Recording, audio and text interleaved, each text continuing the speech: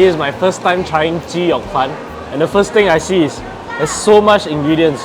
It's like bak chor mee soup, and then like seafood soup. You got your prawns, you got your sotong, you got your pork, and then a lot of pork lard.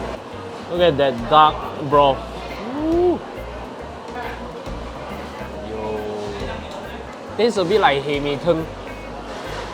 So it's a very seafoody broth, and then like with a lot of minced meat, seafoody and pork broth. I've never seen this before in Singapore.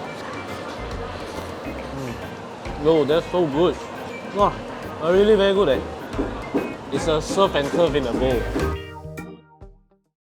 I cannot find any good Chee Yoke Fun in Singapore, so today I'm gonna make it myself. A bit of soup, and of course, crispy pork lard. Just really tastes like the OUG one.